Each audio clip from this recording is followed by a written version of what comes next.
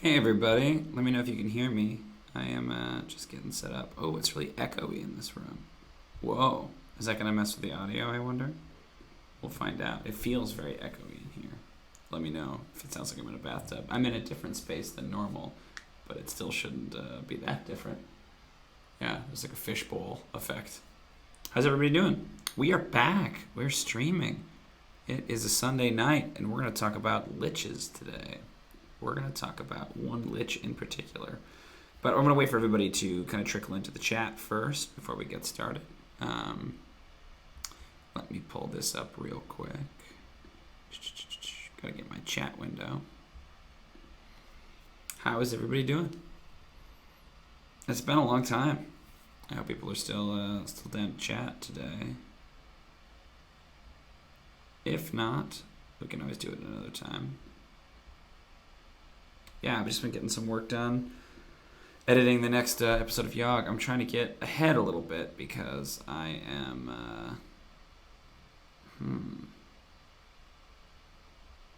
Are we not live? I'm worried that we are not live. Maybe the key expired again.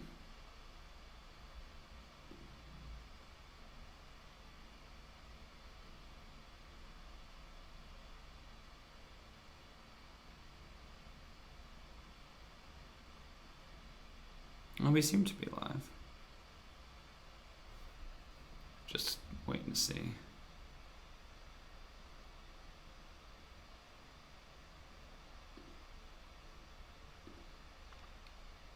Yeah, okay, cool. Just checking. Sometimes it gets weird with the stream key, you know? It doesn't like to, sometimes it just updates it, then you have to go back and re-up it. Is anybody watching right now is the question. And then we'll get started in just a minute. Pre-roll. Exciting pre-roll.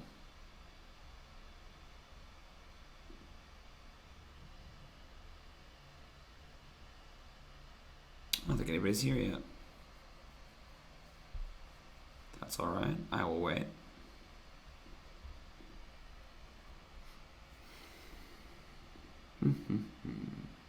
So yeah, we are going to talk about Ernst today. We haven't done a monster build in a long time, so it's going to be interesting to see if we can kind of get back into it. I think Ernst is actually going to be one of the more fun ones that we do because he's very unique. He's a unique, special boy.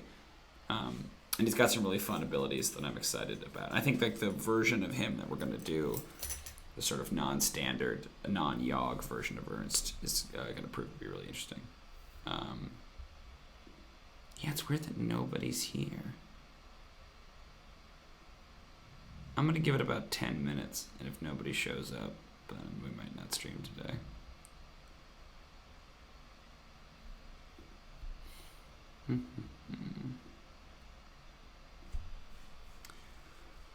So let's see. I'm going to start working on him, maybe. Just in case people do show. So the idea here with Ernst is that he is in the show, in Yogg, he is a sort of a fashionista. He's like a fashion designer that specifically designs clothing for undead and skeletons in particular.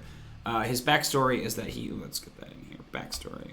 Hey, what's up, Jose? Thanks for coming, dude. Let's see, once a vain human spellcaster, now Ernst struggled with, let's see, his appearance and the imminent threat of aging. Yeah, I'm gonna close this now that Jose is here. What's going on, Jose? Long time no chat, man. What's happening? Before the onset of old age could kick in, he embraced lichdom and attempted to keep his body from rotting with illusions. Then, eventually, he had an epiphany. The bones beneath are that much more beautiful than waxy, porous human skin. He stripped himself completely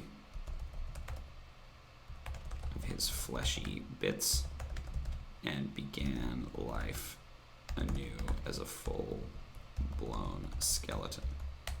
Skeleton! Intense fashion statement. The envy of liches everywhere.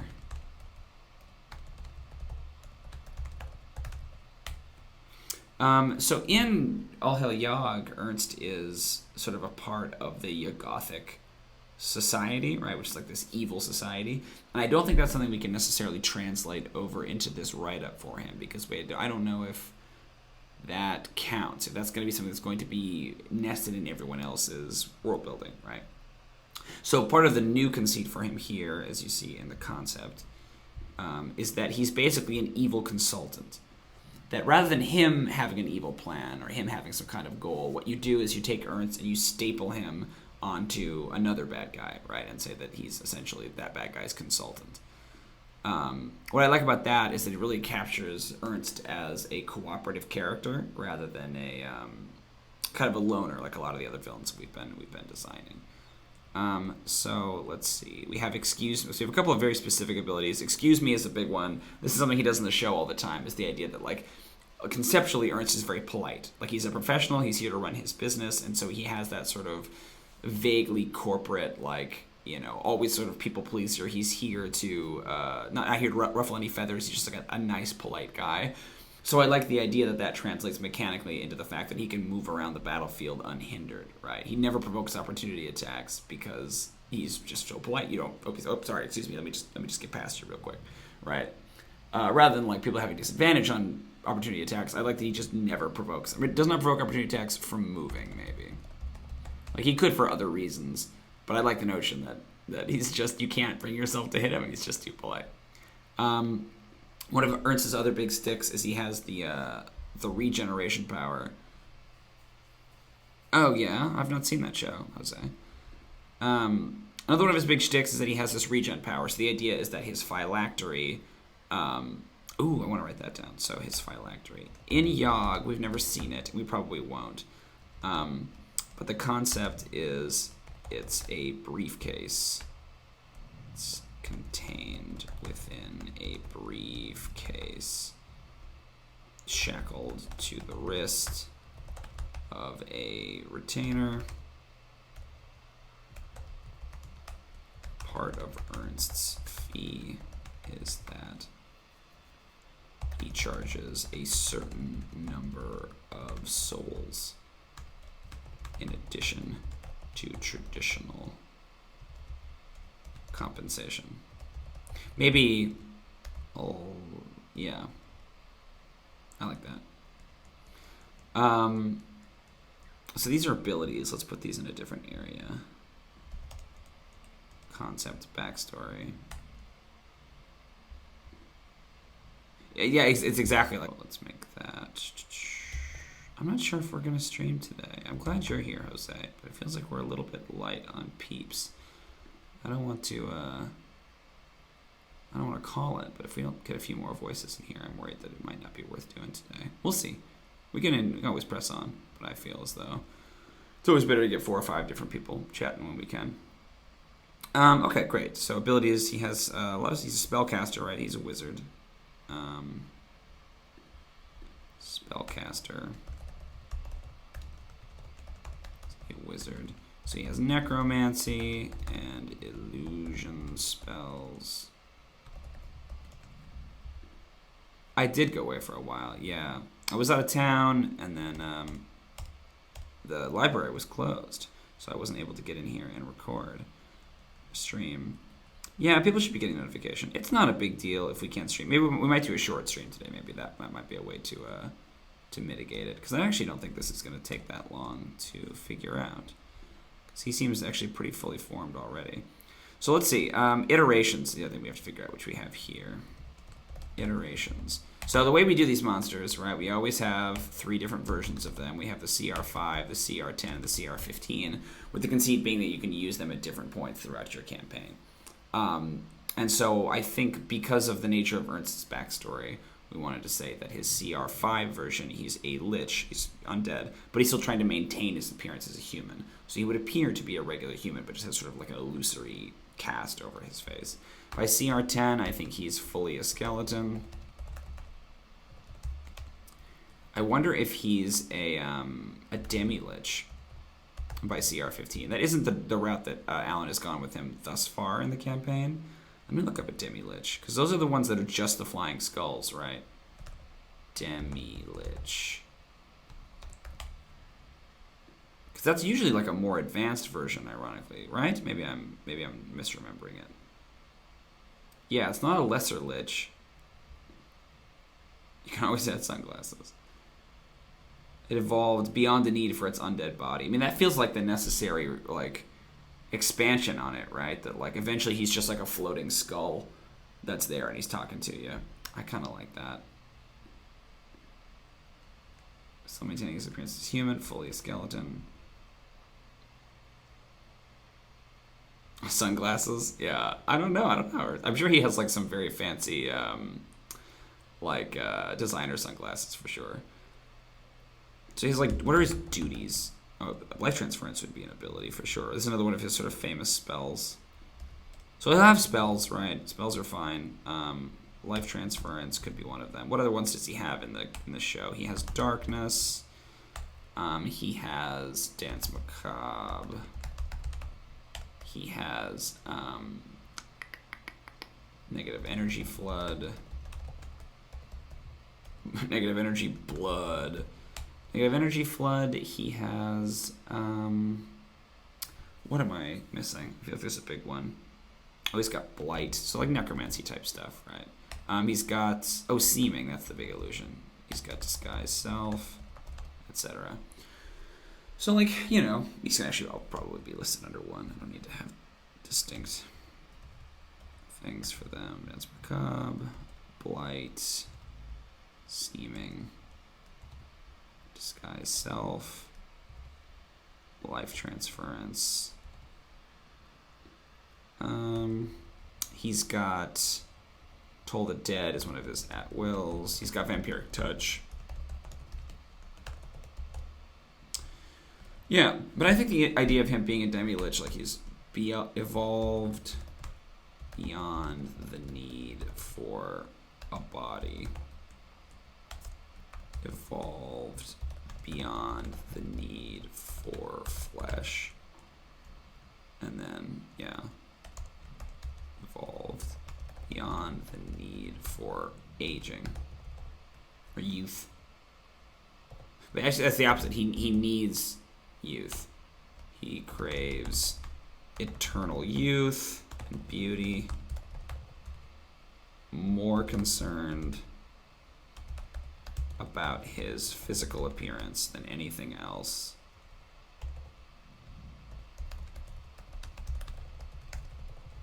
But in this stage, since he's not like fleshy, he's not mortal anymore. It's all an illusion. So he would have some like innate ability or flaw or whatever. That he's an illusion, right? That like anyone who attacks him you'd pass through. Like you get a sense as you fight him that the flesh and the clothing are just, are not there. So his big ability is his regen, and this is kind of the way that he works. Is that whenever he goes down to 0 hit points, he's like a revenant in 5e. When he goes down to hit points, when he goes down to 0 hit points, he can always regain 1 hit point at the start of his turn. So that makes him virtually unkillable. But what's interesting about him is that he usually only gains 1 or 2 or a few hit points at the start of his turn.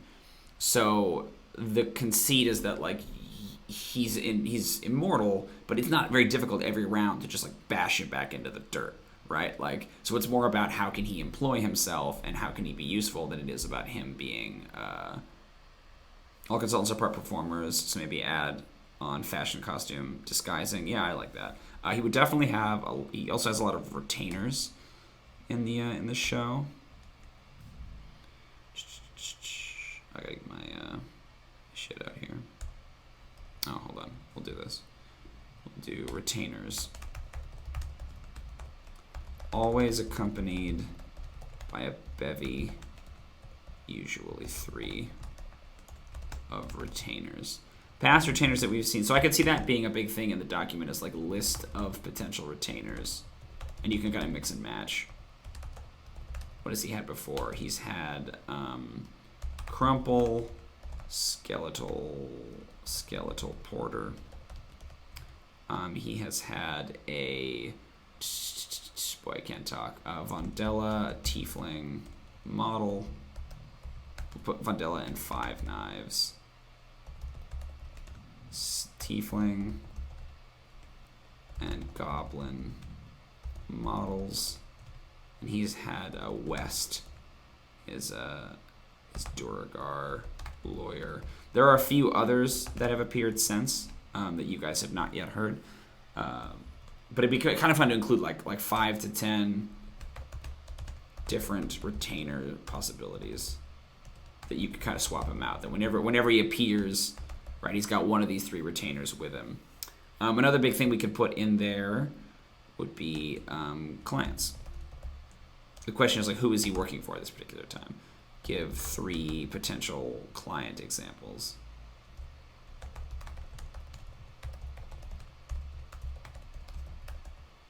And detail a little bit of their relationship. Oh, I wanted to put what she said. Costuming is super important. Illusory clothing. Too big 5. Who's like way outside their element. They hired this guy, and Ernst is coming in and like talking about, you know, uniforms for the orcs and things like that. Like an orc chieftain who like does not, again, I think sort of a Queer Eye, right, vibe. That he's like clueless. This orc chieftain is clueless and doesn't know how to upgrade their people and whatever. Lots of tension. I'll put that in here. I think that's funny. Some tension. Would he work for another necromancer? Would he be like the second fiddle to an additional necromancer? It's kind of funny. Necromancer. They butt heads creatively. Both the undead masterminds in the room. Some of the like big obvious, like a beholder or like a dragon, like some kind of a monster who's like flirting with the idea of becoming an evil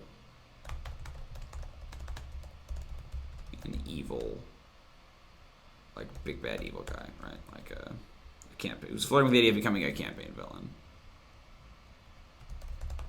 Dragon's kind of funny because then that would give them a lot of money, right? Yeah, I think there's definitely some element to that too. That like the consultant, I just like the idea that he sort of knows best, right? And that like he's just a mercenary. He just comes in and he does the job and then he leaves. And he might like completely change everything about the evil person's organization, almost to their detriment, right? Like it might be a situation where the orc now doesn't really know how to run their tribe because they've been completely redone. But I like the idea of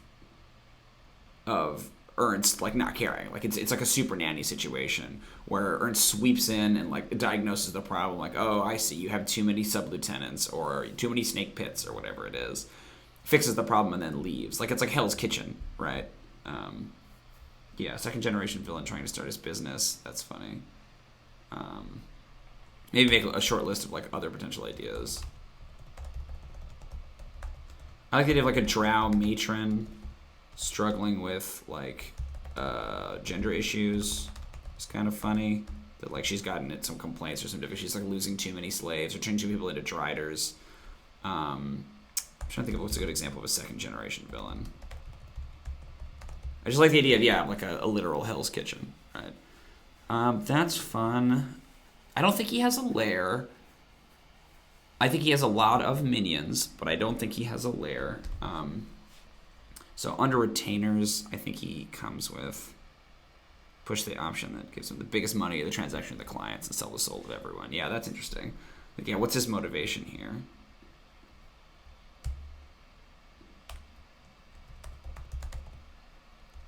I mean, definitely ego is a big part of it. But again, I feel like because he's a support character. Now I want to go back up to the abilities. He has a lot of spells. Power, yeah, but I don't think that's... I think if his motivation was power, then he would go be a villain for himself. Like, if he's a consultant, then his goal is to help other villains, right? Money makes... Oh my gosh. Jose, you're going wild. Ego. It's about the brand. It's about spreading his particular vision around. Like, I feel like Ernst is the kind of person who sees someone make a mistake and he just can't live with himself. He has to go over and he has to tell them how they're doing it wrong. Brand is good, yeah. Ego. I think brand maybe is different than ego. And then ego, his own glory and work and artistic expression. I think money's a big part of it too. It's a job, or he's good at it, so why not get paid? I think he has like a mercurial sense of he goes in and he does a job, and then again like Super Nanny, he leaves and he doesn't give a shit if anybody stuck around, you know, or if any of those things if they implemented any of the changes. Reputation, yeah, currency is the context. Reputation's good. It's kind of on brand, right? Like, reputation is key. I like that. Okay. I'm trying to think of like other abilities. So he is support. Ernst does not take the limelight himself. It's always about buffing the actual villain. So Ernst never comes alone in an encounter. He's typically accompanied by his client.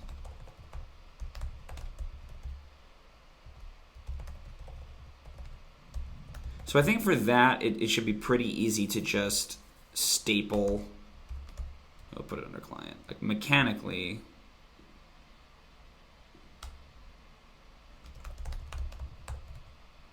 just refer to monster stat blocks. So at different times, he's working for different people. So I think like the Orc Chieftain is his CR5 client. Right?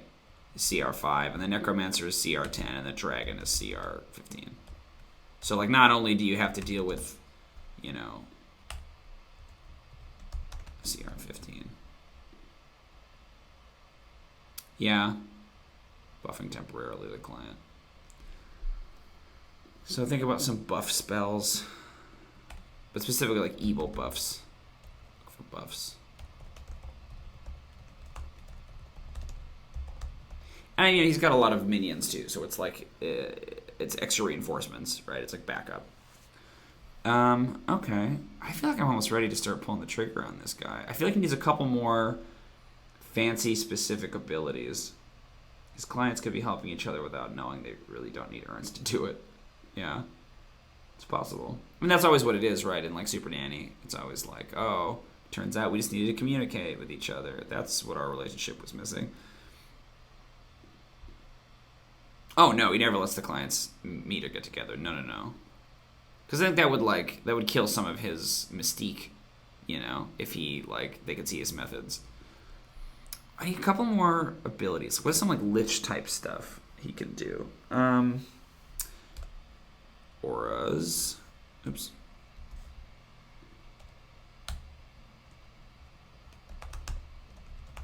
in 4th edition anyway, the Lich had a thing where they dealt necrotic damage to everyone standing around them.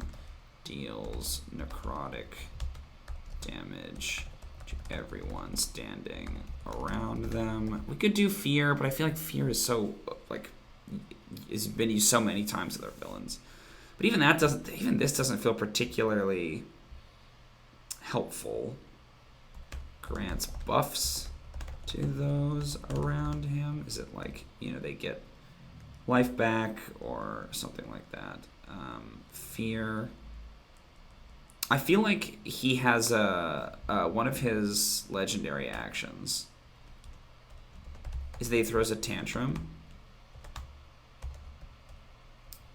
It's that moment in Hell's Kitchen, right, when Gordon Ramsay has like discovered the moldy food in the like crisper and loses his fucking mind, and everyone's scared and like, oh god, what's he gonna do? Like, I think you have to think of Ernst as starring in a reality TV show for this to work. So like, Ernst shames everyone, throws things, acts like a toddler for ego.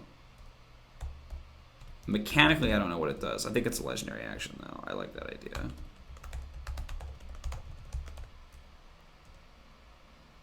Not sure mechanically what that does. Because we've done like that kind of thing before. Yeah, but to me that's a tantrum, right? That like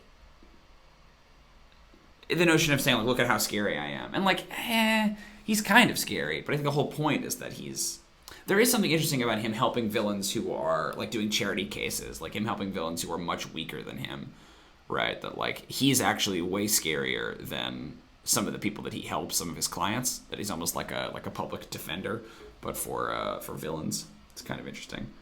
I do think he has some kind of a that's such a, like a meltdown, right? That's such a artist thing, right? Is to throw something against a wall and like throw a little tantrum, and everybody like is shocked, and then eventually you come back and you apologize, right? Could poof near you. Yeah, he could teleport, I guess. Let's see. Let's start designing this dude and see what ideas come to us as we work on him. So I'm gonna do a new insert break, page break. I got my other heroes down here, other villains, I mean, which we'll keep working on at some point. So we have Ernst. Where are you weirdly to the side? Sorry, I'm struggling with Google Docs right now. Okay, whatever. Let's put the break here.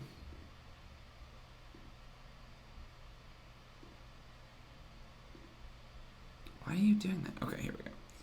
I'm going to go up and grab a stat block from here.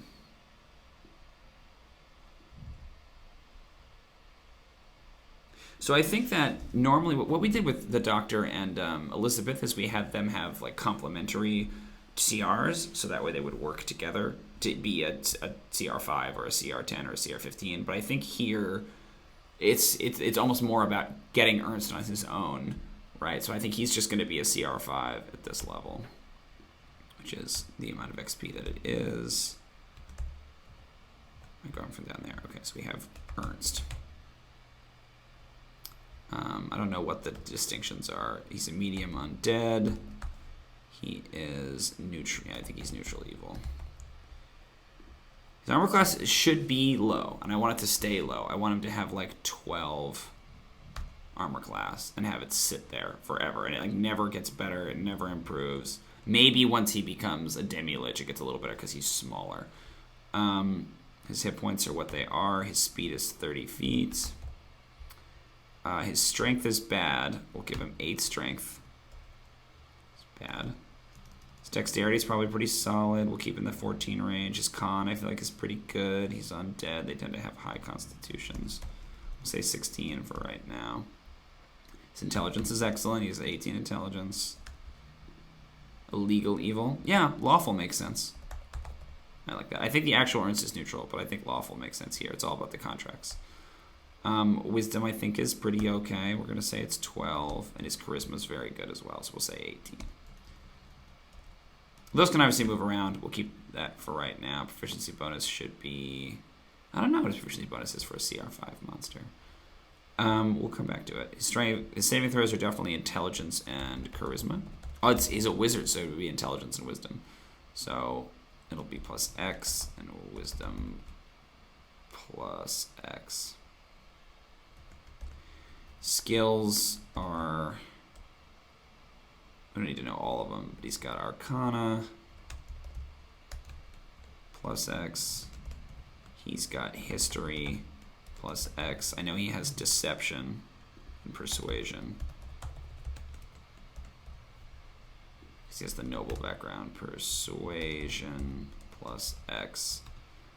Intimidate for sure.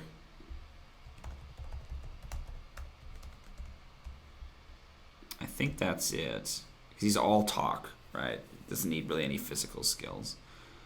He is immune to necrotic, poison.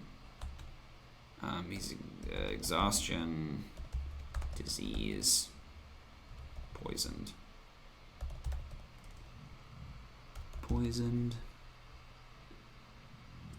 He is vulnerable to radiant.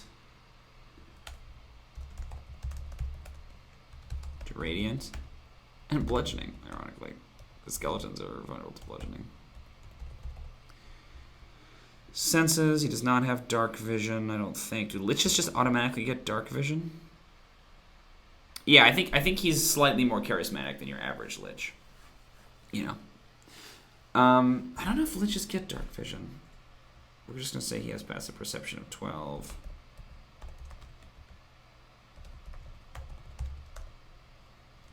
Common, blah, blah, blah, who cares? Challenge rating is 5. Okay, so that's the basic stuff. I don't think he has an aura or anything yet. Traits.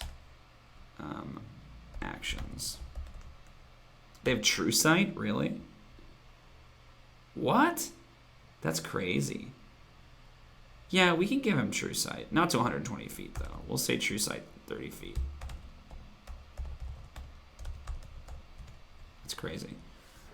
So he has the illusion thing. He appears to be a human man. We'll call it false appearance. Has a perception of 19. Must be trained in perception. I don't... That is pretty OP. Oh, he definitely has insight. I actually don't mind him having perception as well, because it's about, like, noticing, you know, expiration dates and shit. I don't know why I keep thinking of him as just undead Gordon Ramsay, but that's kind of where he is in my brain right now. He has false appearance. He has undeath. He has... What are some actual lich abilities? Is there anything in there I need to copy over? Let me look. I agree that's OP. Jose, I agree. Looking up the lich. Oh, my D&D Beyond subscription, which one of our patrons got for me. Thank you so much, Vaughn. I appreciate it. Lich. Damage immunity to non-magical attacks. That's crazy. Definitely doesn't have that. He's got rejuvenation. Yep. Well, because his rejuvenation works differently then. So I think we can avoid the damage immunity. I think we can give him none of it right now.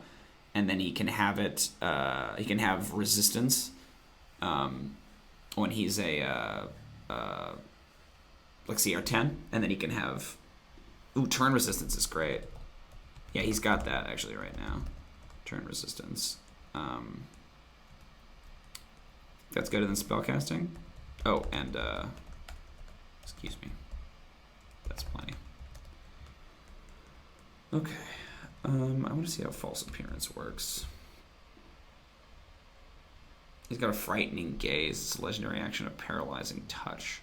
Their actions, in addition to spellcasting. We can get there. Yeah, he feels like he's made and broken by his spells.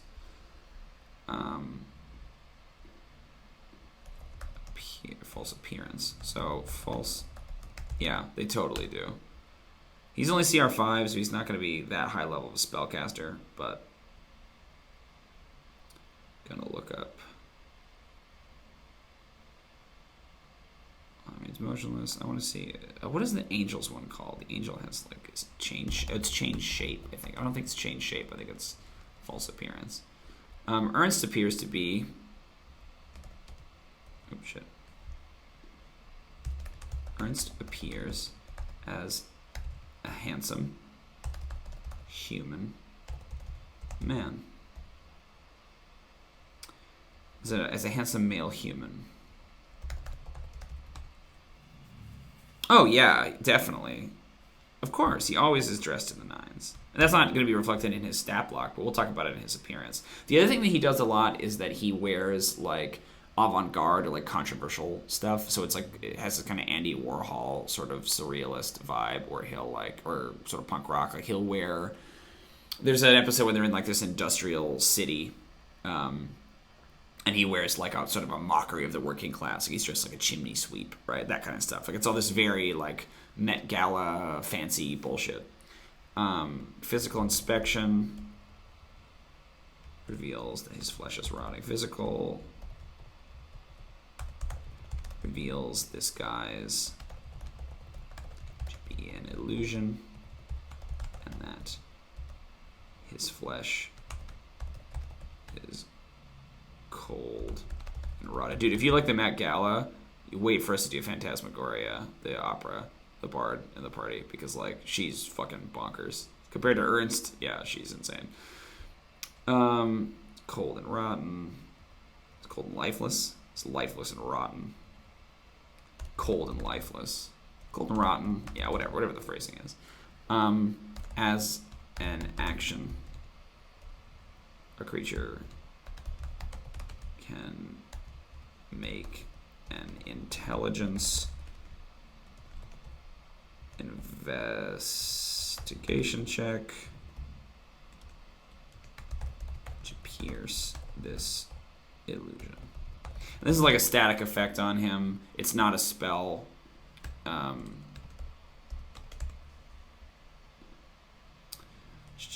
Undeath. I guess some of that is already covered, but he does not need to. Leathery with a film of dust skin. Ugh.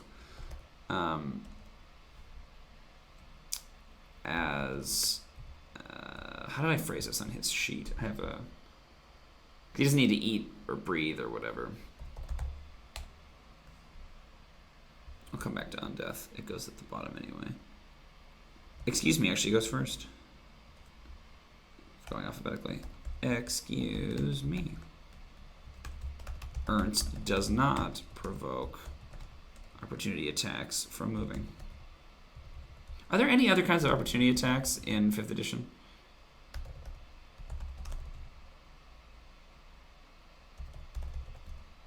Yeah, he does not have any mortal needs. That is definitely true. It's an undead. Ernst does not require food, drink, air, or sleep. When Ernst is reduced to 0 hit points,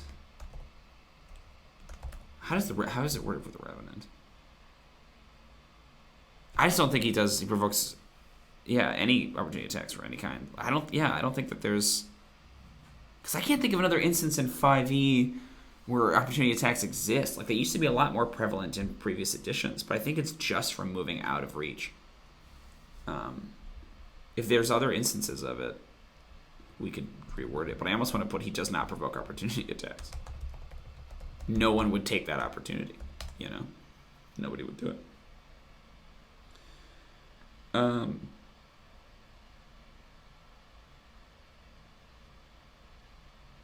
Let's see. What was I looking up? The Revenant. I wanted to see how the Revenant words this ability, because it's basically the same thing. Yes, we're doing it a little bit differently here.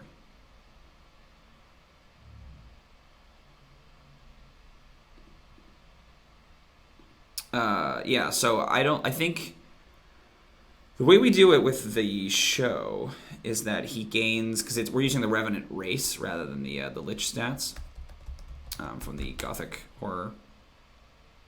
Let's look it up. Revenant race 5e. The Gothic heroes. Unearthed Arcana. And they have him like regaining hit points. Yeah. If you are below half your hit point maximum at the start of your next turn, you regain 1 hit point. Yeah, so if Ernst begins his turn below half his hit point total number. We even just say, like, if Ernst begins his turn with fewer than X hit points. X hit points. He regains 1. He regains 1 hit point. If he dies, how does rejuvenation? Actually, gains a new body. If he dies, he returns to life. He returns, or he gains a new body in 1d10 days.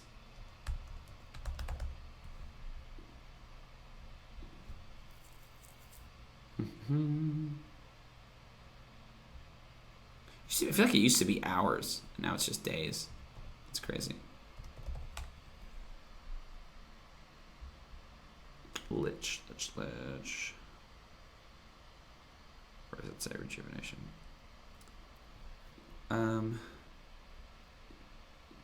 If he dies, or if destroyed, and his phylactery destroyed, and he has a phylactery, he gains a new body in 1d10 days, regaining all his hit points and becoming active again.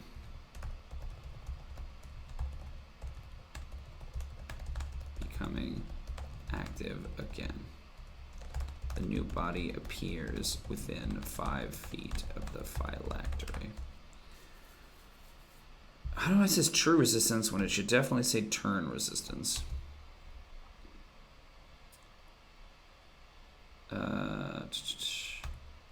Ernst has advantage on saving throws.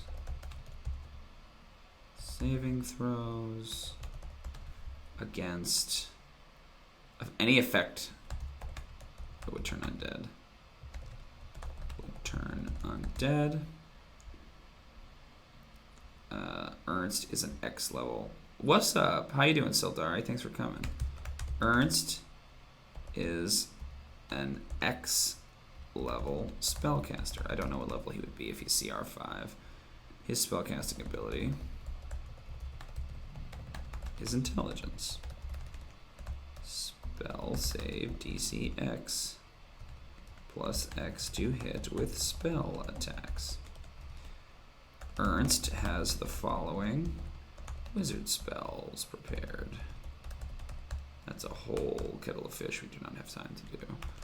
Cantrips, first level, second level, third. You get it. Let's say third for now. I'm sure he's higher level than that. Because the way it works is always like, oh, this Lich is a CR21. Holy fuck. Just like a standard Lich out of the book is a CR21. That's nonsense. Wow. What is a Demi-Lich like? Demi-Lich. Is it better or worse? It's worse. Oh, I always thought that the Demi-Lich was more powerful. Yeah, that's funny. Because like it's CR18 compared to the Lich's CR21, but it has a couple of abilities that are way better. It has avoidance. If the Demi-Lich is subjected to an effect that would allow us to make a saving throw to only take half damage, instead takes no damage if it succeeds. And basically, it has evasion.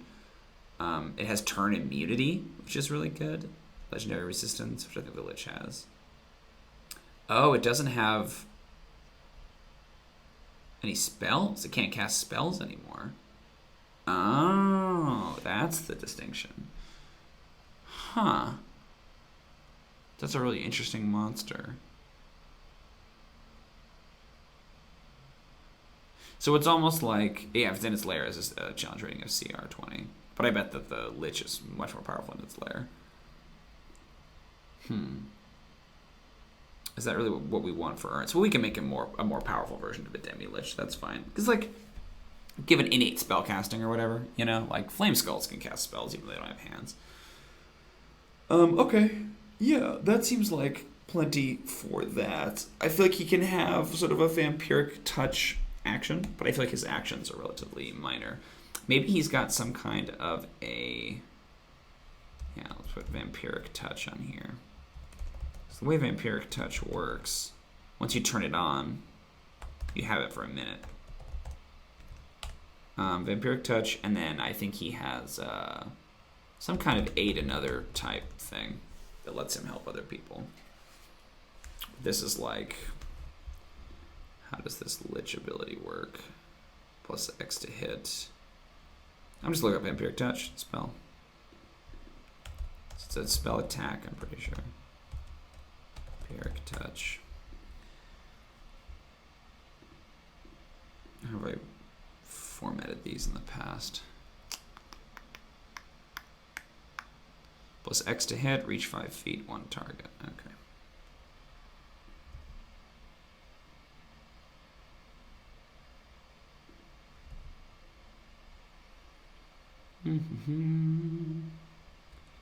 So Vampiric Touch, on a hit the target takes 3d6 necrotic and you regain hit points equal to half that amount. Takes, I like 3d6, I think is fine. 3d6 necrotic.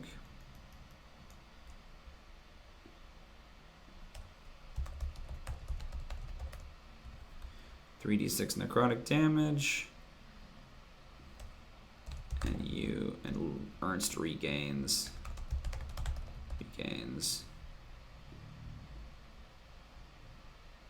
hit points equal to half the amount of damage dealt. Half the amount of damage dealt. Necrotic damage dealt. Yeah, that's just his at-will melee. So he needs some kind of an aid ability, like something he can do as an action. Like, he's got to have, like, a rally retainers or something like that, right? Like, everyone who... Like, aid client or, like, advise client or whatever. Like, as a bonus action. Maybe there's... Yeah, maybe he's got, like, a...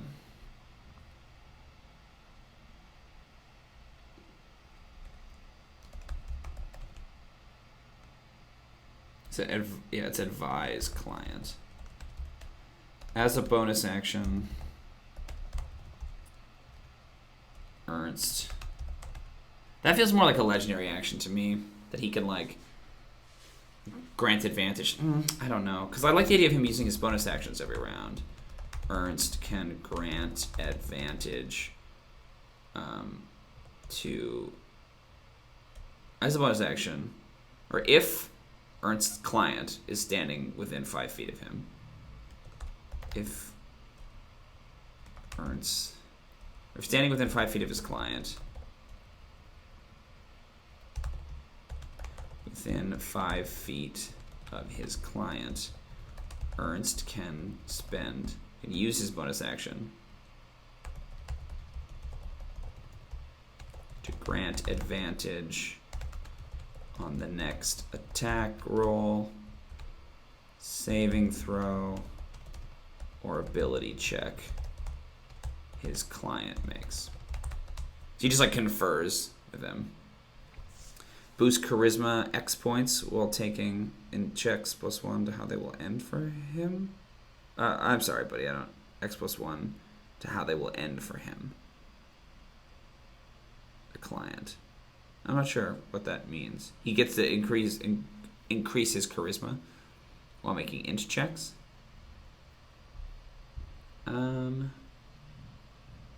Yeah, so that would be that. That gets rid of this.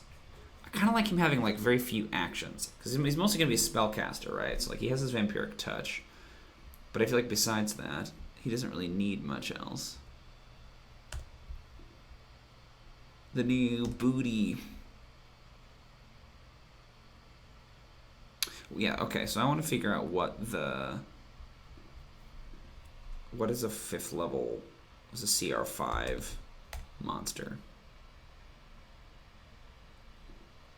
like a spellcasting monster, and like what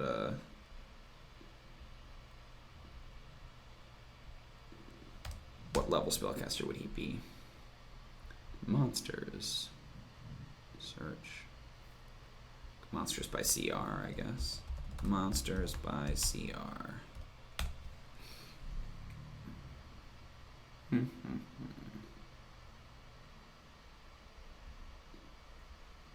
Is there a good spellcaster on here? Not really.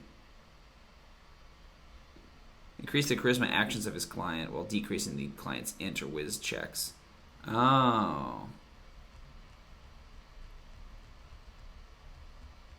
Huh. That's interesting. Might be a little crunchy. But I like the idea that it comes at a cost. I don't know. I kind of think he should just help the person. But, let's see. Standing within 5 feet of his client, Ernst can use his bonus action to grant advantage on the next attack roll, saving throw, or ability check his client makes.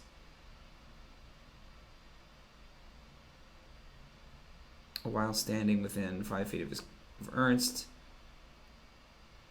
his disadvantage. Oh, what if it's like this?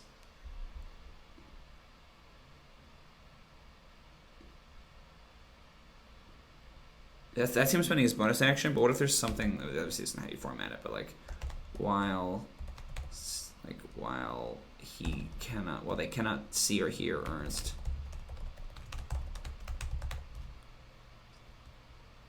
his client has disadvantage on all attacks, all attack rolls,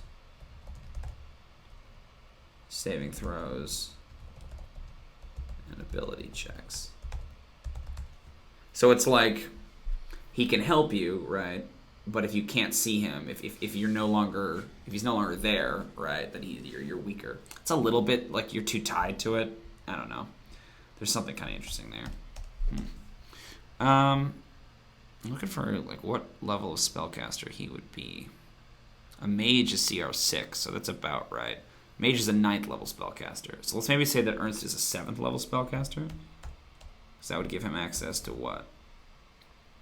He's 7th level wizard. Let's see. Search in D&D Beyond. Wizard.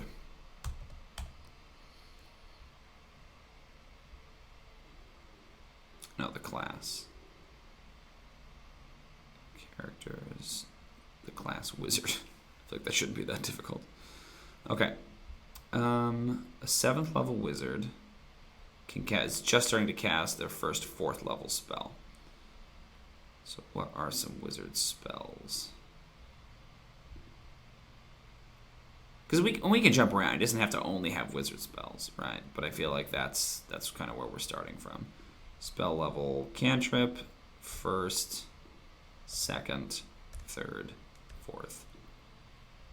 Filter spells. So I'm just going to make a list of ones that make sense, and then we can narrow it down from there. List. So in terms of level, start with our cantrips.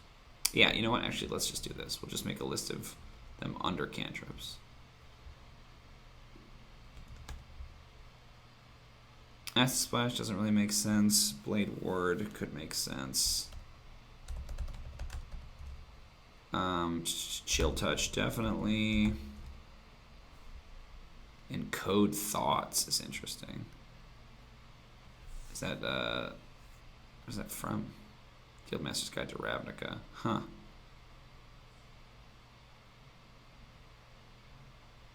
Interesting. I don't know if I want to put that in there because I don't want people to have to know what that spell is. It's pretty obscure. Friends, definitely. Are these just wizard spells? Because they hope to. Oh, I see. Oh, yeah, these are just wizards. Friends is a wizard spell? Huh. Toll the Dead we talked about. Yeah, so it's some of those. Probably don't need all of them. But first level. Alarm I could see. Cause Fear is a necromancer. Detect magic is a little too boring. Speaking of boring, tops at first level, yeah. Yes, they normally are. Here we're kind of building him up, right? He can't be a 9th level, or he can't be a huge spellcaster. He can be an 18th level spellcaster because this is a CR5 monster. So if he's an 18th level spellcaster, right, then he's got access to power word kill and all kinds of stuff.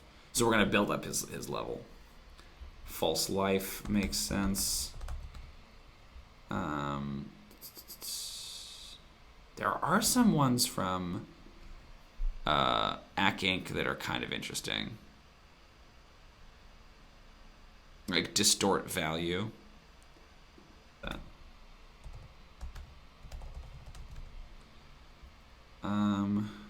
GM's magic missile.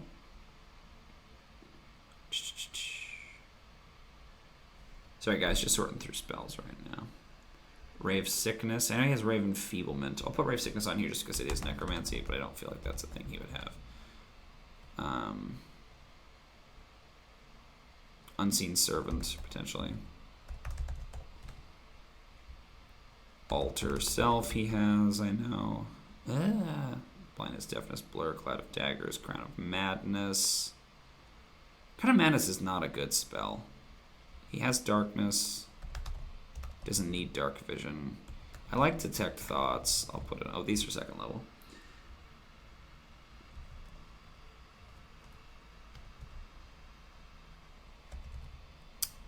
He has Enlarge, Reduce. I don't know if these are ones he will have in this iteration, but it's Gift of Gab, Ack Inc. again. Yeah. These are all joke spells.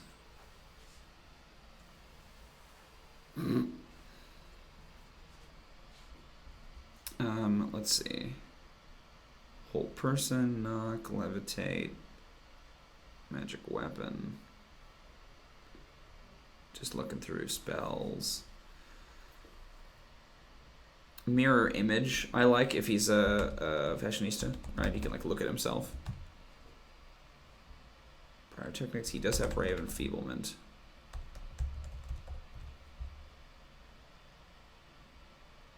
He doesn't need to, he doesn't have Skywrite, but there's the thing he does. I kind of like him having Skywrite. I think Skywrite's funny. There's the thing he does in a future adventure that is Skywrite adjacent. Definitely has Animate Dead at 3rd. He definitely has Bestow Curse, of course. How could I possibly forget? We'll put Fear on there. We'll put Feign Death on there. I don't think he needs either of those two. Gaseous Form, Glyph of Warding, Hypnotic Pattern. Incite Greed. Life Transference is 3rd, yep. Magic Circle, Major Image. Sending he has, for sure. Because again, you know, you got to be able to text people. Tongues, Vampiric Touch, but he's got that as well, we need to give him that as one of his spells. Banishment, Black Tentacles, Blight, he definitely has. Blight. Confusion. We talked about Dimension Door, I don't mind it. He has Fabricate. Let's see what else are options here. Locate Creature. Mordenkainen's Private Sanctum. What is this called? I kind of like Sanctum. Although that's kind of a Phantasmagoria one. I might come back to it. Enemies Abound. Why do you always call me Tim? Enemies Abound. Let me go back to Enemies Abound. I'll just look it up. I'm going to finish these and then I'll get it. Polymorph, Private Sanctum, Secret Chest, Stone Shape, Stone Skin, Vitriolic Sphere. None of these are really jumping out to me. Watery Sphere. Okay. Enemies abound. It's like an illusion one, right? I guess he does have some illusions. That's true. It's an enchantment. His ability to distinguish friend or foe. I guess it doesn't strike me as like particularly Ernst. Is there something about it? Like, I'll put it on the list. You seem pretty passionate about it. Enemies abound. Okay. Yeah, he's a little light on 4th level ones. What level is negative energy flood?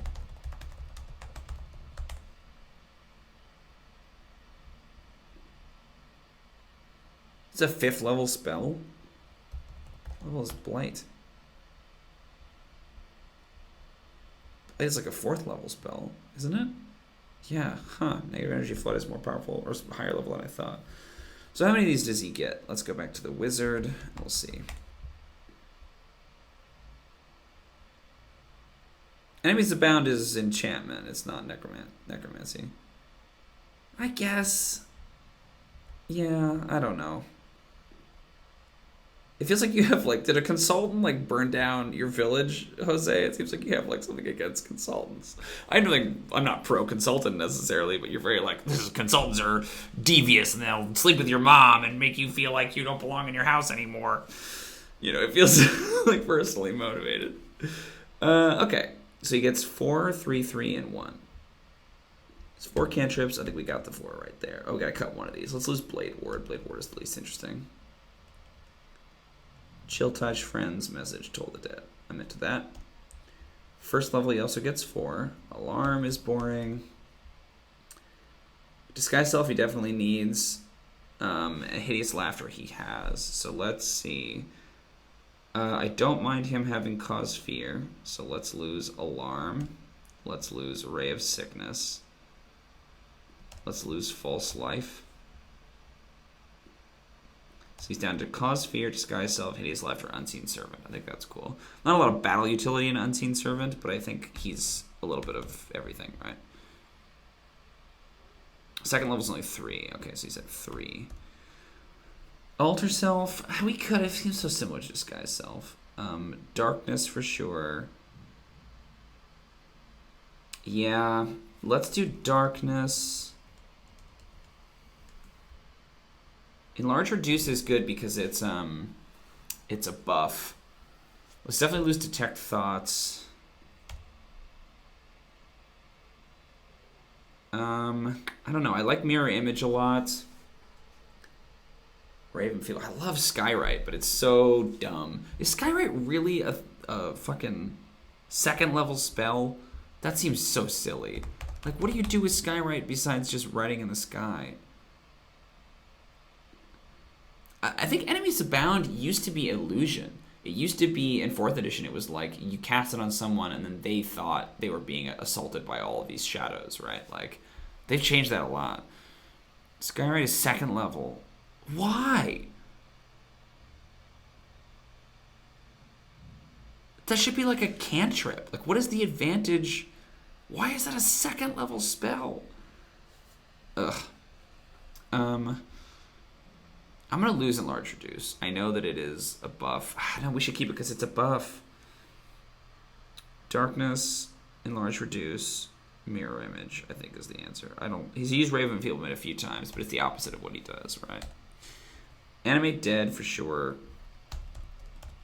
Bestow Curse, Enemies Abound, Fear, Feign Death. He needs Life Transference, 100%, and he needs... this is tough. I tell you what, dude, we're going to lose Enemies Abound, but we will bring Enemies Abound back at his next iteration. Because if you are passionate about it, I want to do that. But he's got to have these 3, because these 3 are like Ernst-related powers. Those are like ones he uses in the show, and I want him to have those here.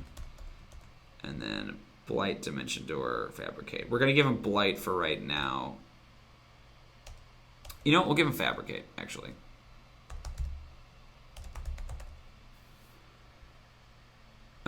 Okay. So let me do his 10th level version, and I will make sure that I'm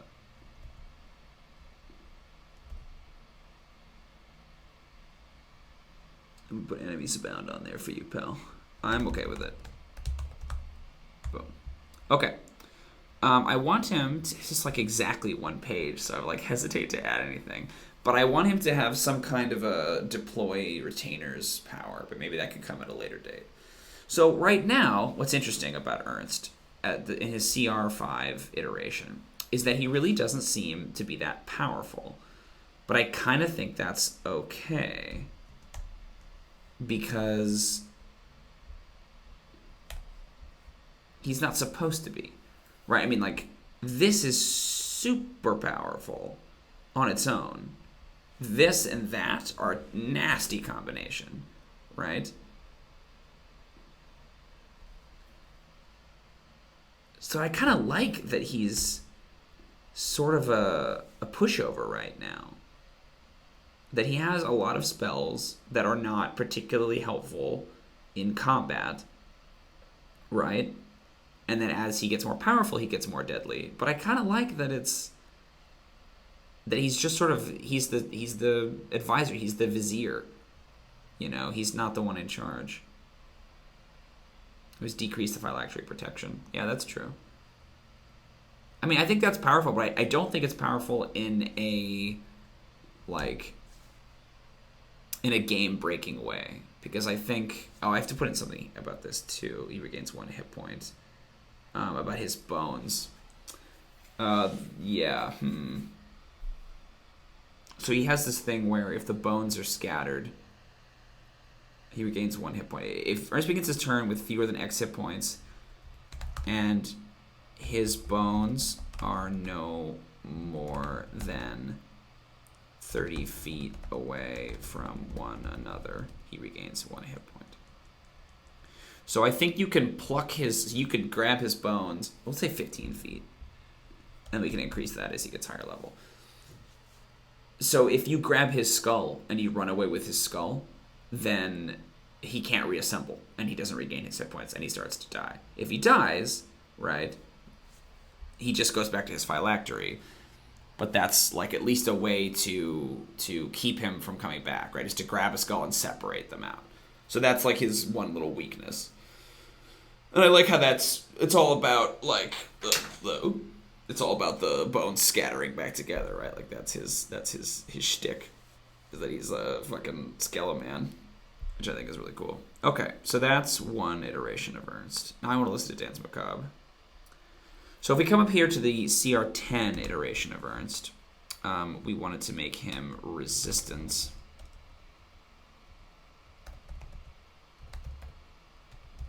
To bludgeoning, piercing, and slashing. I think he's resistant to piercing and slashing.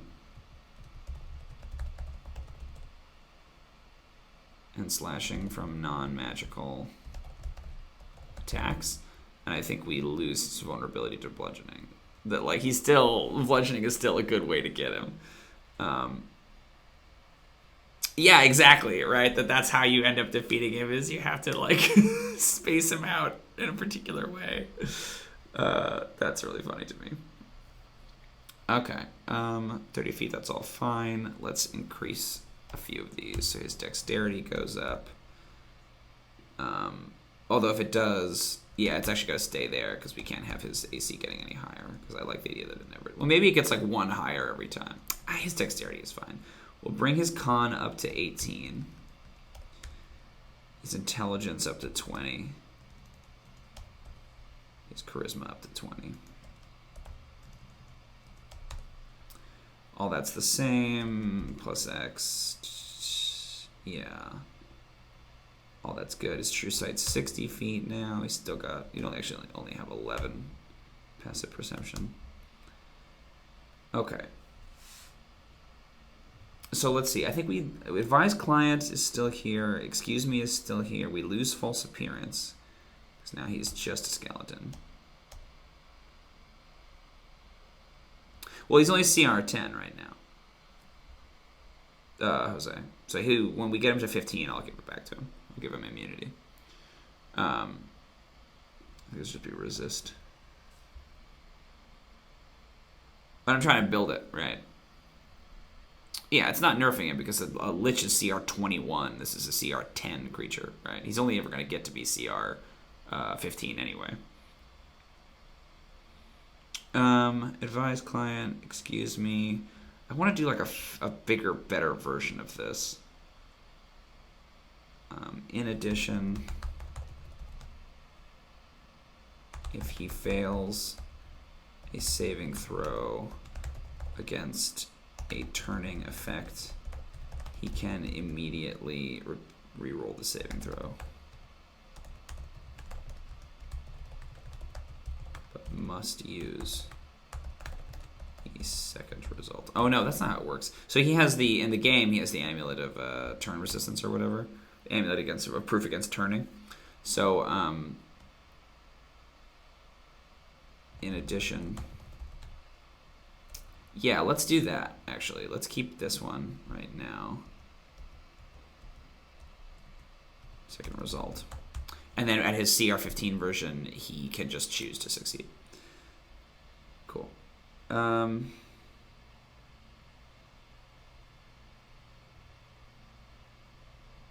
Oh, what happened to this? Oh, sure, I rephrased it after I copied it. Okay. Rejuvenation. 30 feet away. Okay, now we're back to spells. Enemies abound we have, yep. So now, this is CR10. Let's look for a CR10 spellcaster. Monsters by CR. See if we can find one. The Archmage, maybe, I think is the closest. It's a CR9. I think. Oh no, where's the Archmage? Oh, Archmage is CR12. Holy shit. CR9. Cloud Giant. Are you a spellcaster? Just innate. Fire Giant. CR10, I mean. Sorry, that's what I'm looking for. Guardian Naga, you're a spellcaster. Okay. 11th level. So if we said he was 7th, we could go 12th and then 17th. It's a CR15 spellcaster. Because I want to like evenly space them out. Mummy Lord, probably not actually a spellcaster. Oh no. 10th level though. What's in that area? Marilith the Planetar. Rakshasa. Rakshasa just has innate spellcasting. No worries, dude. Planetar is innate as well. Androsphinx is 17. There we go. They're also only a 12th level. So I think it's 5 each time. So I think he's a 12th level spellcaster now. He's gained 5 levels. It's a 12th level spellcaster. He's got more spells. Well, he should maybe be a 10. Oh no, he can be a 12th, yeah, because that's the level we've seen him at in the show. At least so far, because he's in one more adventure. So now he has up to 6th level spells. So 12th level, he's got 3 4th levels now.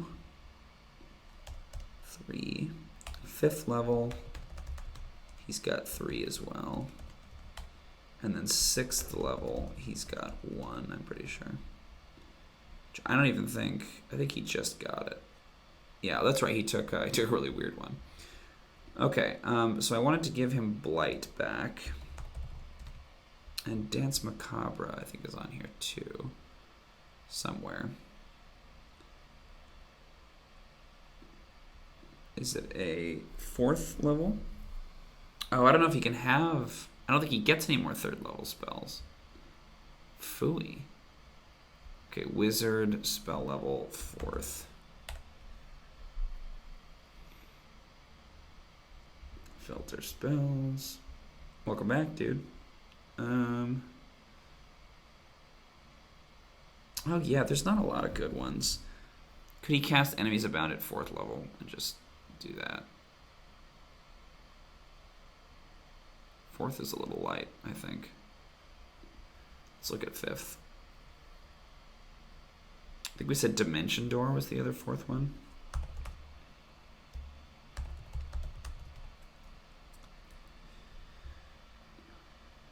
fifth has got to have like seeming and shit. I think fifth is like where all the good stuff is. Fifth, animate objects, Big B's hand, cloud kill, conjure elemental, creation. Yeah, creation's pretty good. Dance macabre.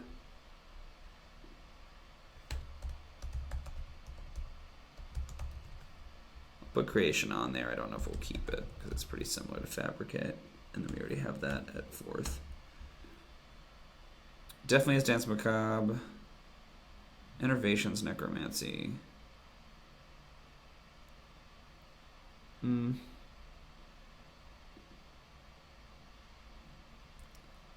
Legend lore, Gaius.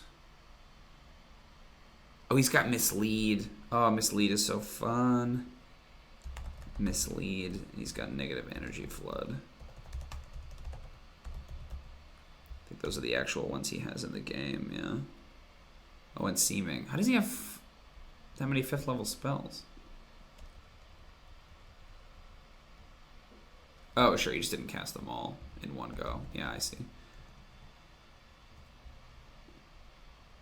Okay. That's 4, but I'll figure it out. And then his 6th level spell.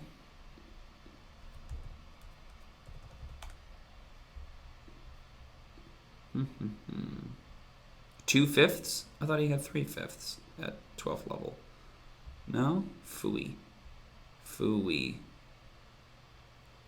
6th, he's got create undead. It's pretty good. I love that you can cast a spell only at night. You can't cast create undead during the day. Become a ghoul. At higher levels, you can do other stuff, right? 7th level spell slot. 4 ghouls. 8th, you can do 5 ghouls or 2 ghasts or whites. 9th, you can get 6 ghouls, 3 ghasts or whites, or 2 mummies. Create undead is definitely good. I think Magic Jar is what he picked. Magic Jar is an extremely weird spell.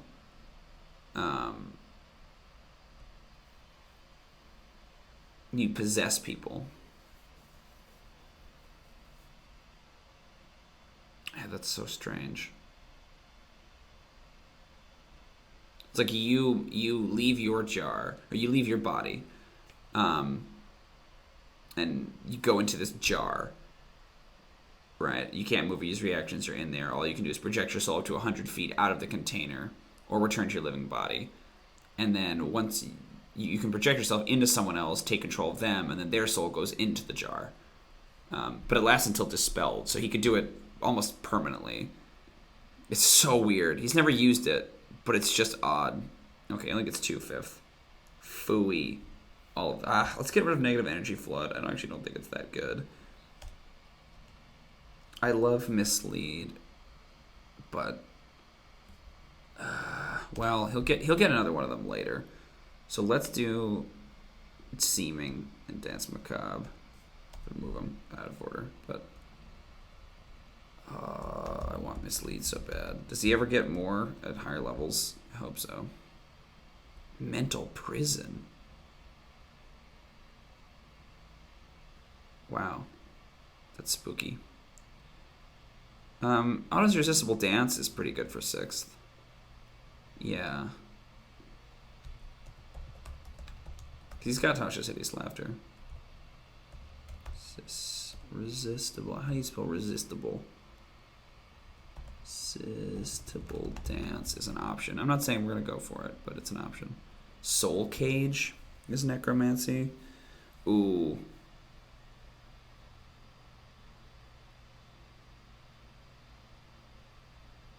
Yeah, it might have to be Soul Cage.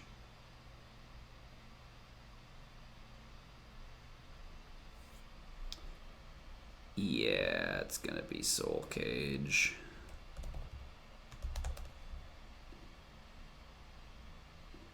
Cool. Xanathars, yeah. Okay, so here's what I need then. I have about a half an hour left. I need to find some ways to beef him up in this version. So he's a skeleton now. And so is there something to the idea of him... He's got legendary actions. That's one thing he has.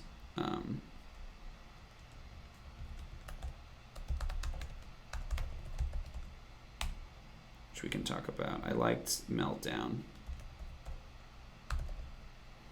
I don't know what it does mechanically.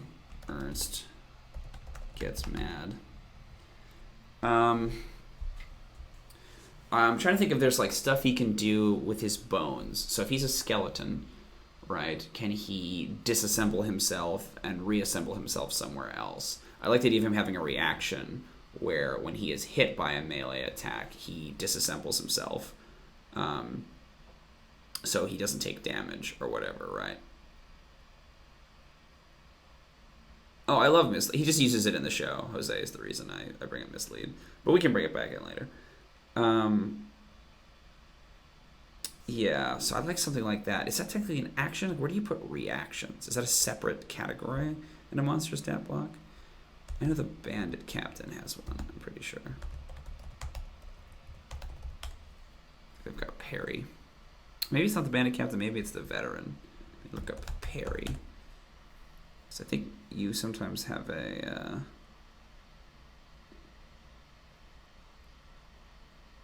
Yeah, it's a reactions. It's a different category. So we'll go like this. We'll go reactions. And do scatter. When an attack hits... When an attacker hits Ernst with a melee attack, and Ernst can see the attacker, he can disperse his body into separate bones. Like he falls prone.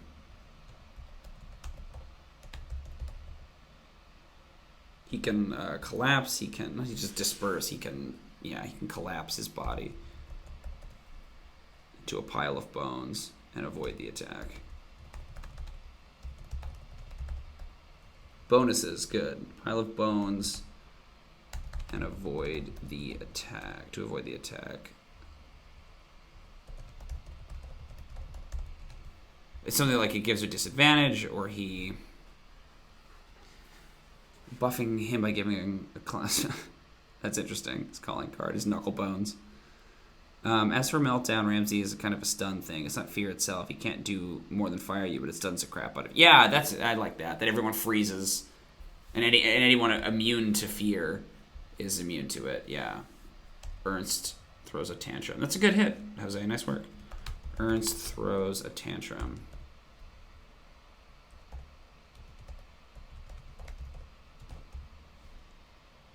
I don't think it costs at least 2 actions. I think it's gotta be 3, because he can really only do it once. You know, he can't do multiple tantrums.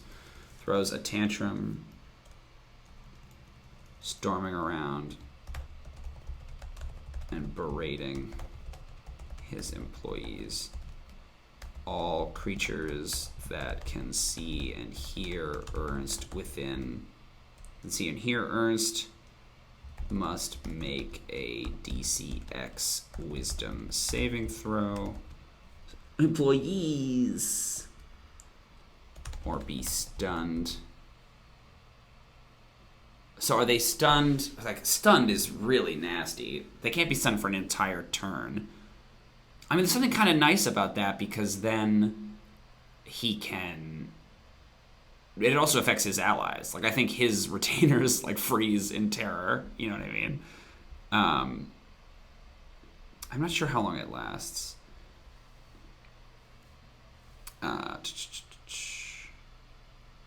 So we have scatter. I wonder if instead of scatter, if it's like interpose retainer.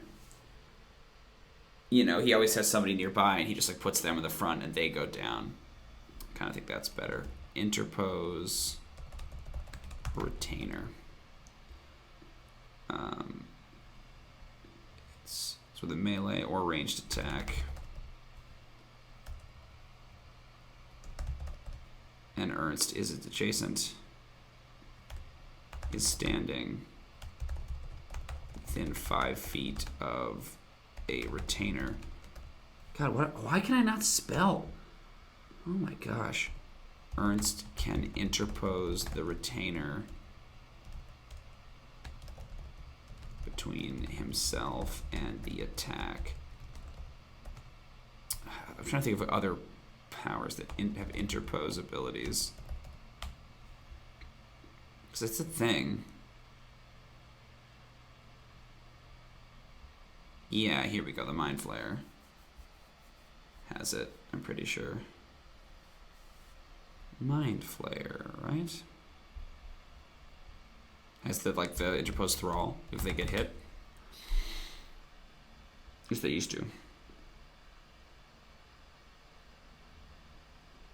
Oh, they don't have it anymore.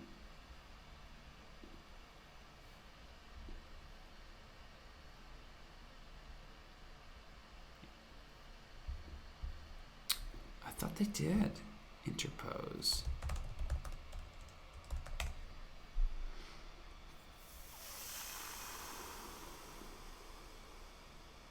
Let's see. Mind Flayer.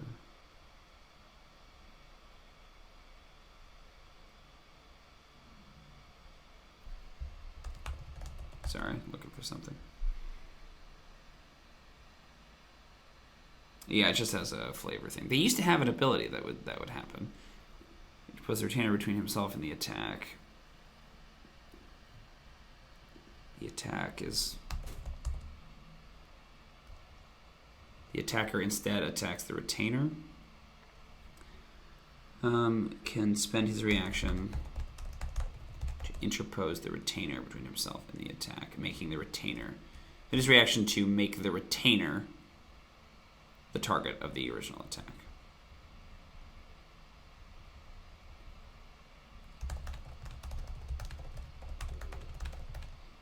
Original attack. Yeah. Which he's like nice to everyone but the people who work for him. That's specifically his thing, right? Like he's a horrible boss. Advise client. Standing within 5 feet of his client, he can use his bonus action to grant advantage on the next attack roll, saving throw, or ability check his client makes. I'm trying to think of like what the upgraded version of that is. Like I still like it as a bonus action usage. I'm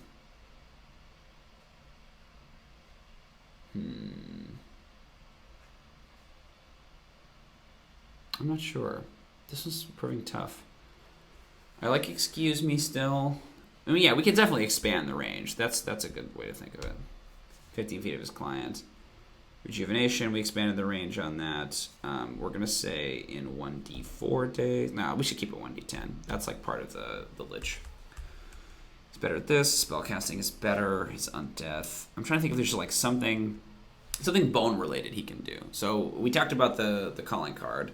Is there something about the fact that he is made purely out of bones? Can he disassemble himself and reassemble himself somewhere else? Or whatever, like to some advantage, right? That he can... Because this is the only version where he's a skeleton, right? In the other versions, he's either a skeleton disguised as a person or he's just a floating skull. So I would like to get something a little bit more wacky and sort of spooky, scary skeletons in here. But I don't know what that would be. And well, you might have to come back, because I don't think I have any ideas. I'm getting a little dry right now. I need to come up with different names for these as well. So it's just Ernst CR5 and Ernst CR10.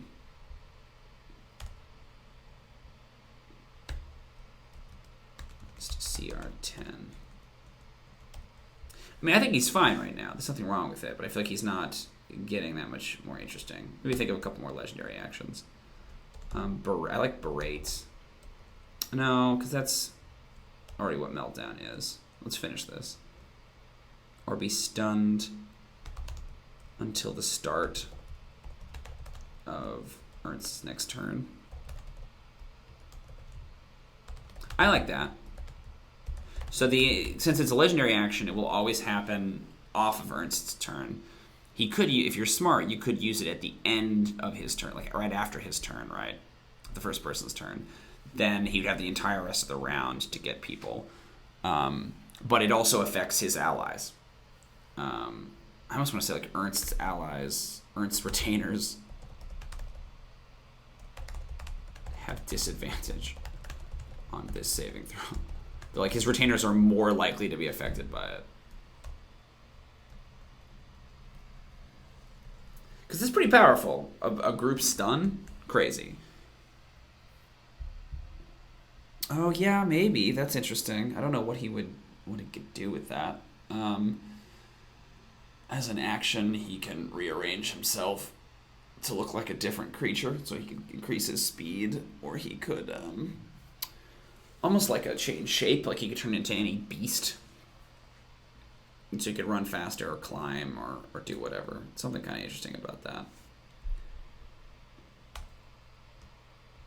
Change shape.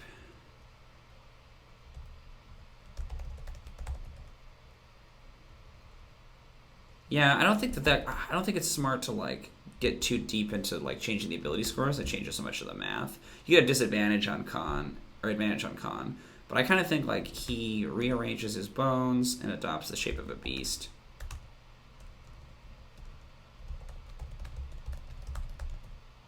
Adopts the shape of a beast is kind of interesting. Like you can do anything like fly, I guess. I think there's something cool with that. Like, I like it as a reaction. I like it as a defensive move. But I don't know.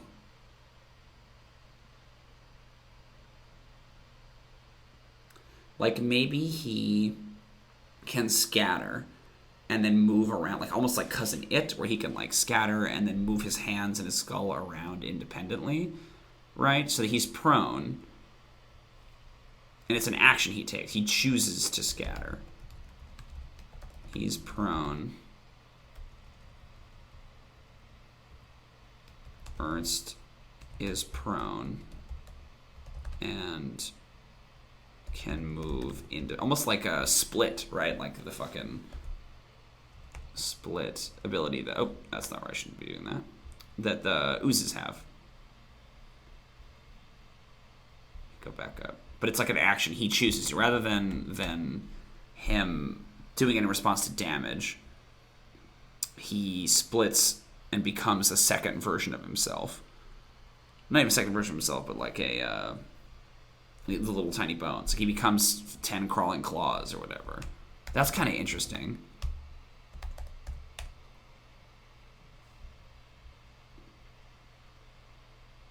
And then they can all run off and do whatever they want. You know, the CR0, they have 2 hit points each. He's prone. Instantly goes prone and scatters. And scatters into like 2d6 pieces.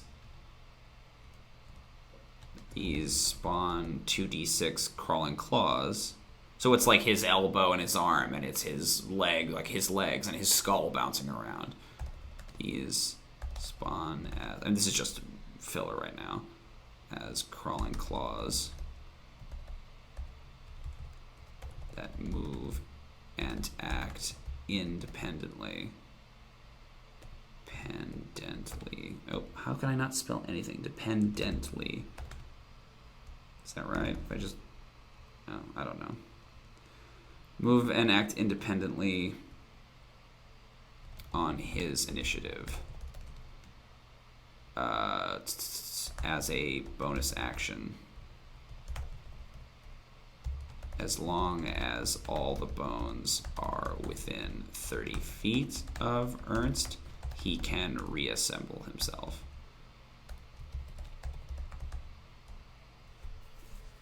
So if you're like trying to flee, right, he can scatter and go whatever. He could send his arm to go do something and come back, you know. Maybe it's even like you reword it where he can willingly do it. He can like send his arm off and his arm will go do something and then come back to him. Where it doesn't have to be that he completely falls apart. Yeah, something like that. I can reword it. I think that's pretty solid. I don't see anything else. We've got to think of 2 more legendary actions. I think if we can do that, then we can be done for today. So, I like the idea of like a buff, right? What's the opposite of a meltdown, right? It's like the encouraging speech. He like has some kind of an encouragement. encouragement. You know, 2 actions maybe. And like Ernst gives an ally a saving throw or X number of temporary hit points. Yeah, I could see that. He kind of has an encouragement thing right now anyway. It's just advise client. So like, and that's only with this client. But then again, thinking about like Gordon Ramsay, right? So you have the meltdown, and then you have like the tearjerker, like you can do it, you know, I believe in you. You just got to go in there and really try, that kind of shit, right? Like he has some kind of a boost, like a thumbs up, I got you, buddy, kind of feel. That's not great, but it's something like that, like the opposite of the meltdown. I almost think that should be 1 action rather than 2. That he should be able to just like, because I like the idea. Yeah, Ernst grants an ally, or like 1 ally who can see and hear Ernst. Here, Ernst can make an immediate saving throw with advantage against 1 effect. So like, if somebody's stunned or whatever, you know, he could. I feel like that idea too, that he melts, he does the meltdown, and everybody's freaked out. Maybe, I guess that wouldn't really work because it'd be the start of his turn. Yeah. But the notion of him being able to pull you out of something, if you're taking ongoing damage or if you're charmed or whatever, he gives you an immediate saving throw against whatever effect is going on, especially against things that can be really powerful against charms that don't have an end or whatever. Yeah, that's cool. Something like that. I don't know if it's called encouragement, but it's something along those lines. That's the cheap one. Like a 2 points. What can he do? I think he should have vicious mockery as a spell. The fact that he doesn't, I think, is kind of silly.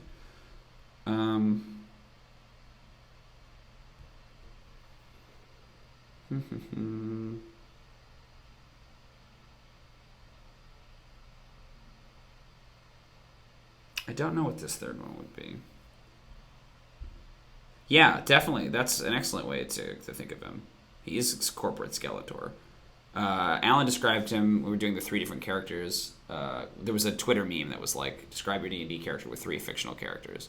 And he did Skeletor and NoHo Hank from Barry, and then I think Mugushu, I forget the guy's name, Mushu from Zoolander, Will Ferrell's character. So yeah, he's got nothing with clothing. I'm trying to think if there's something he could do with like illusionary clothes, or like fashion, or critique, or something, you know. Like science and autograph, or I don't know, something along those lines. Something with like his celebrity or his mystique. It's funny because Alan usually comes to these things. Specifically didn't want to come for this one because we were going to be talking about Ernst, and he felt it was weird for him to do that. I honestly might poke him and be like, hey, I need 1 more legendary action for Ernst. What do we do? I think I'm going to call it, folks. I'm having a tough time thinking of this last one. Unless there is like something we're missing. Let me come back up here and look. He's got the aura we talked about. We could talk about his aura, maybe. I don't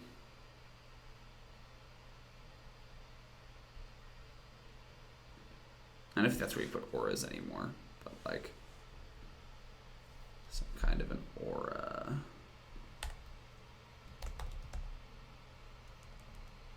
I feel like my brain is dry.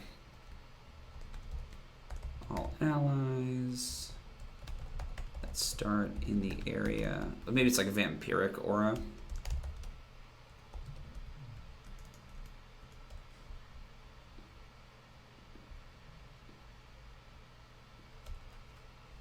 At the beginning of Ernst's turn. God, I can't spell. All enemies within 30 feet of him take 1d6 necrotic damage. all allies within 30 feet of Ernst gain temporary hit points equal to the amount of necrotic damage dealt. I kind of like that. I'm going to put it up top. I know that's not where it goes. We'll put it down here. Vampiric becomes for U? I think so. TUV. Nope. After. You'd think I would know the alphabet by now, but I don't. I like that, because the idea is he's like taking energy from other people and giving it to his allies. And it feels like it's life transferency and it's vampiric touch. Like, that's kind of one of his abilities for sure. Yeah. I feel like it should be like critique. That it's essentially vicious mockery. Ernst casts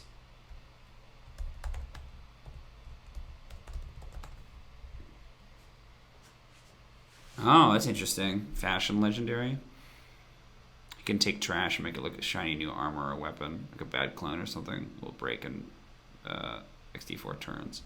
I almost wonder if that's just like one of his abilities, not even a legendary. On a target within 30 feet.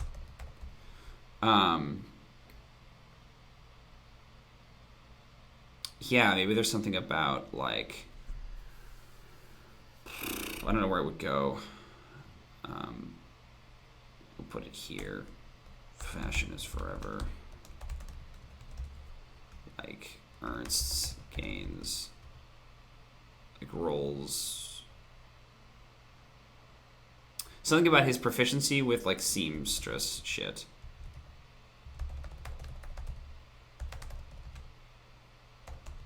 Tools. And then maybe at 10th level he gets, in 1 hour, Ernst can create. But I guess that's just fabricate, right? It's like the spell fabricate.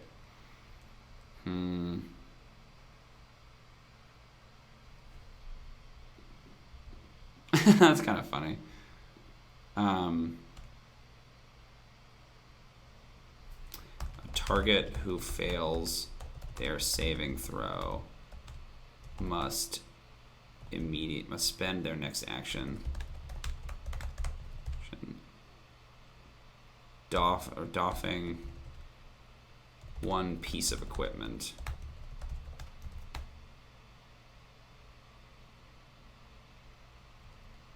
Something like that, right? Like they take off their cloak or they do whatever. Like that's their action. Like I don't want to be seen wearing it. Like I'm embarrassed. So they'll take the psychic damage. They have disadvantage on their next thing, but then they also like have to spend a round. Like expertise with.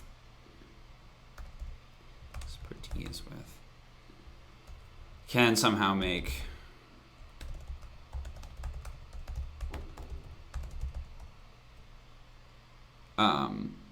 So I think maybe one thing we do too is we give him the ability to make, like, in an hour he can produce X number of these uniforms or whatever, and then we give the undead, like the skeletons, like magical uniforms that, like, when there are X number of skeletons and they're all wearing them, then it means like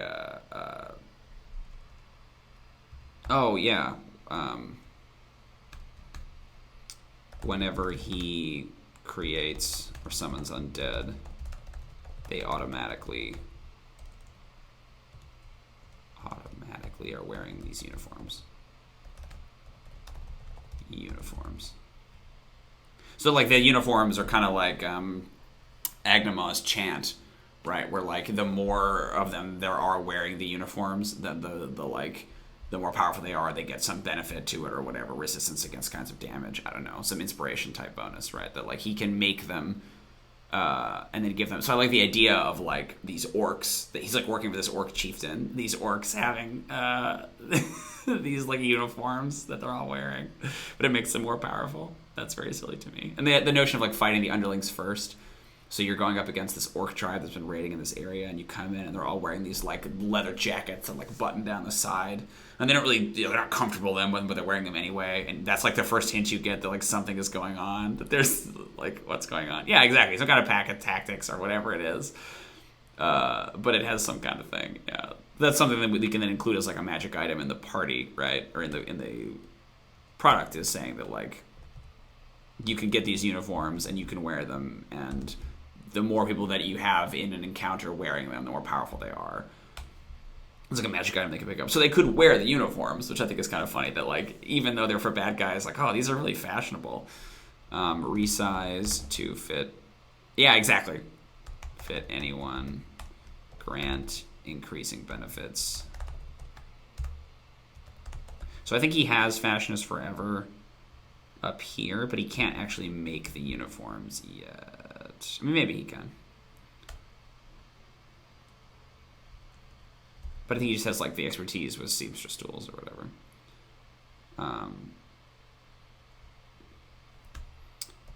Okay, so I think I'm probably gonna call it 7:15. It's a little sooner than we would normally end, but I feel we got a lot done wearing them. It's the magic item that I'm gonna include. Yeah, cool. I gotta get going on these. Agnemon is done. I just need to format it. And then I gotta do Desdemonia and the Doctor and Eric before we can get on to Ernst. But yeah, I need to get a little bit faster turnaround on these. Now that I have the format for Agnemon, it should be pretty easy to punch him in. But next week I will be back. I'll try to raise the word a little bit more. Hopefully we'll get some more people coming in. But thanks so much, Jose and Ryan, who popped in, for coming and hanging out. I think we got a really good start on Ernst. I'm excited to wrap him up next time. Maybe we'll talk Dwarves. Maybe we'll brainstorm Narcinae. But yeah, great. I think that's where we're going to call it. We'll be back next Sunday with another stream talking about Ernst. And I will see if I can browbeat Alan into coming to that one. I know he didn't really want to this time just because it was about his character and he felt weird about it. But I'm sure we can convince him. Awesome. Thanks so much, dude. More blades for Desdemonia. That's so many blades. She's only got 2 hands, man. She's only got 2 hands. Great. Thanks for coming, everybody. I will talk to y'all next time. Happy adventuring.